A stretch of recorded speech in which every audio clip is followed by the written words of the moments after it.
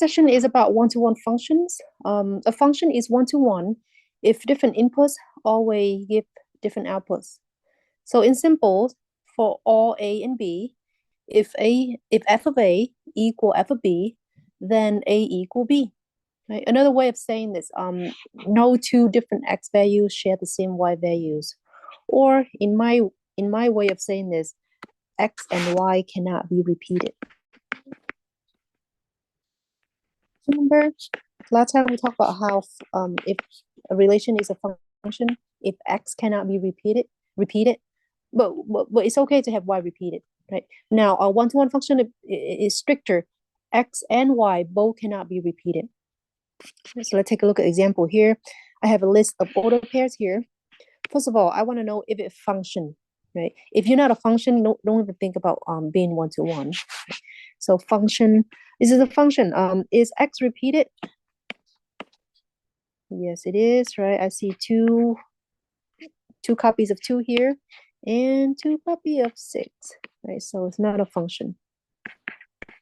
If you're not a function, you stop. You don't go to one-to-one. How about B? How about part B? It is a function? Yes, it is a function, right? I don't see any repeated x here. So yes. Is it one-to-one? Is y repeated or no? There's no repeated y either. So yes.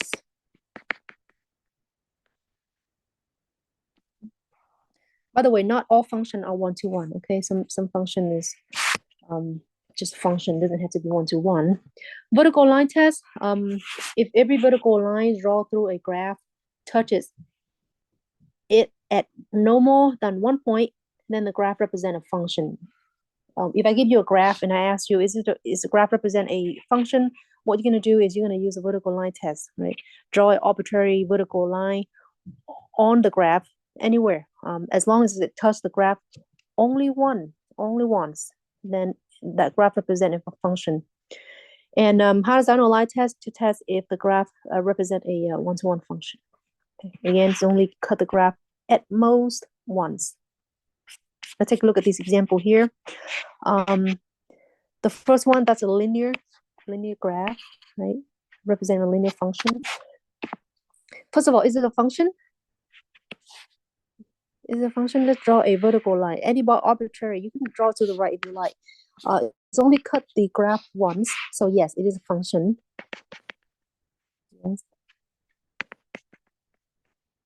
Okay. What about, is it one-to-one? Well, we're going to use the horizontal line test anywhere. Yes, right. Let me do like this, one-to-one. Let me do it like that, okay.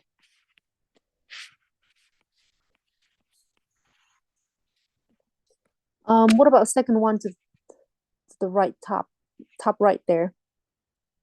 Is it a function? Let me draw to the right. Yes, it is, right? It is a function. Is it one-to-one? I don't think so. I cut the graph twice right there, so nope.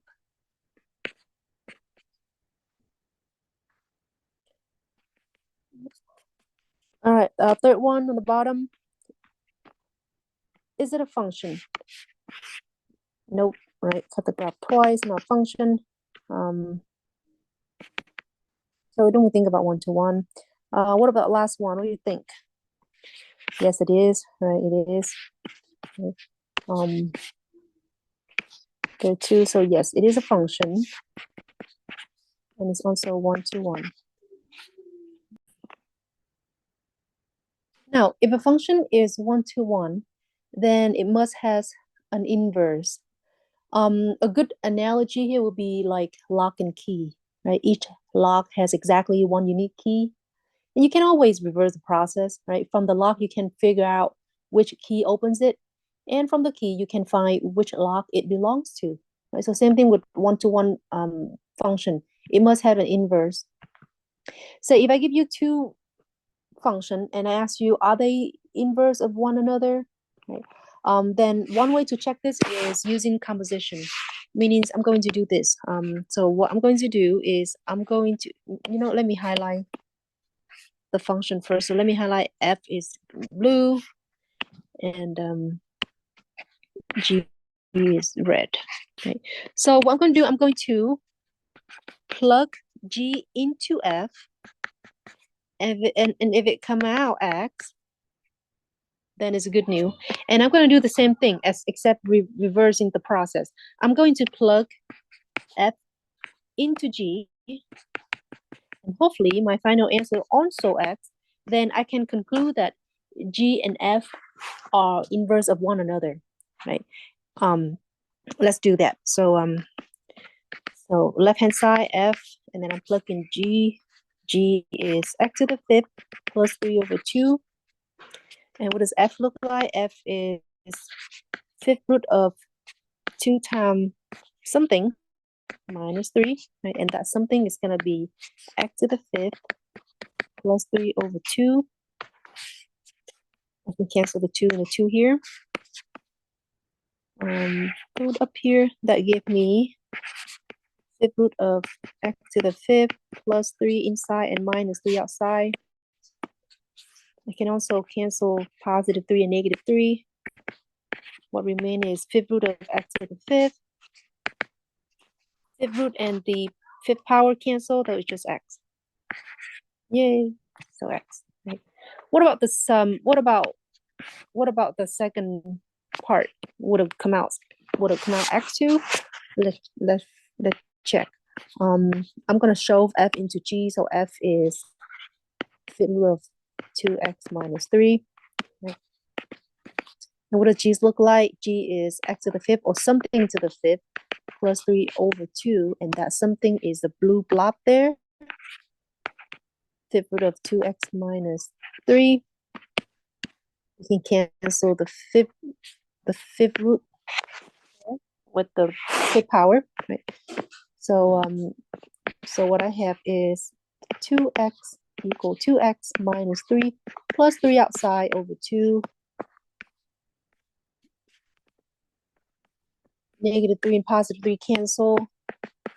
2x over 2. And then last but not least, 2 cancel. And that'll leave me with x. So they both come out x. So that good news, that means what? That means g of x is the inverse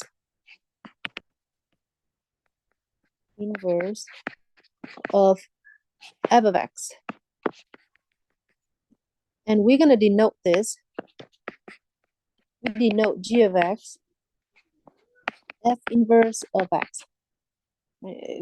Now, I want to take an opportunity and say this is not equal to 1 over f of x. Okay, I know that 2 to the negative 1 say is 1/2, or 2 to the negative 2 is 1 over 4. But this is not reciprocal. It's inverse notation. It has nothing to do with reciprocal. Okay. Oh, not equal to. Not equal to.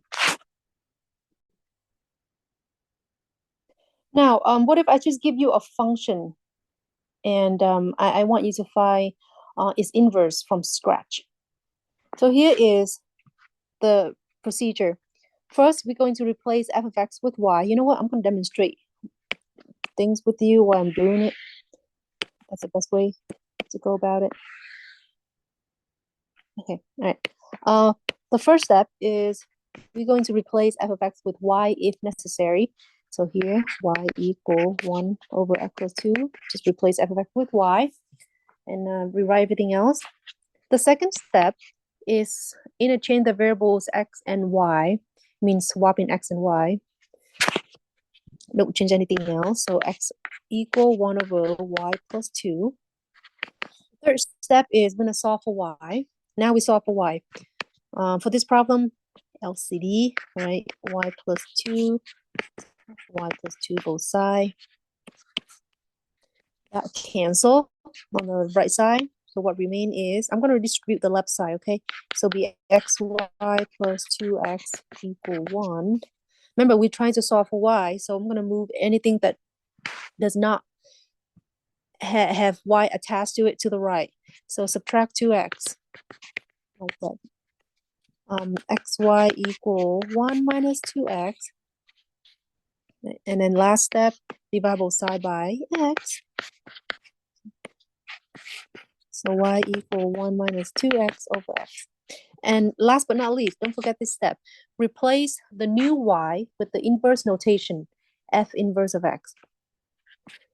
So this is equal to f inverse of x.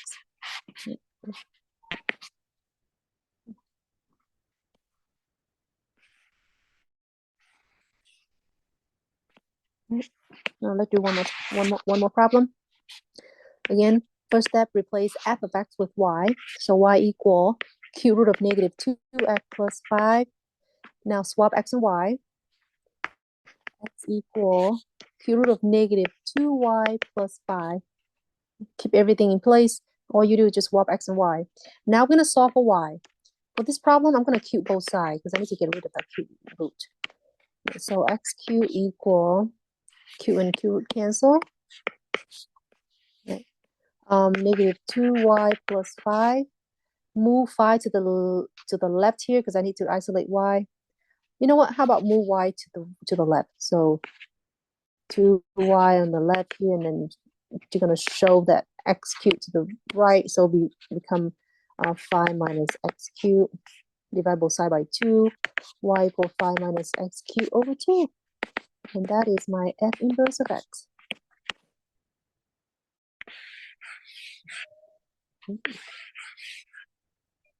All right, last one. Same procedure. Replace g of x with y. Y equal 3x plus 2 over x minus 5. Swap x and y.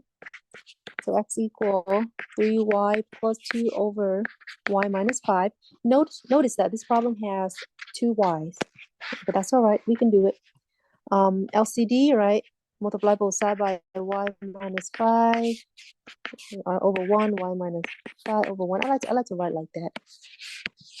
Cancel, cancel. On the left side, I'm going to distribute xy minus 5x. On the right side, 3y plus 2. Remember, I'm trying to solve for y, so everything that has y attached to it, move to the left. Everything that has x or non-y attached to it, moves to the right. So I'm gonna add 5x both sides, right? So that I can remove that, right? And then I'm gonna do the same thing. I'm gonna subtract 3y here because I need that y. So that I have y minus 3y to the left and 5x plus 2 to the right. How do I solve for y here? Factor, right? I can factor out, I can pull out a y. So what remains is y minus 3 equal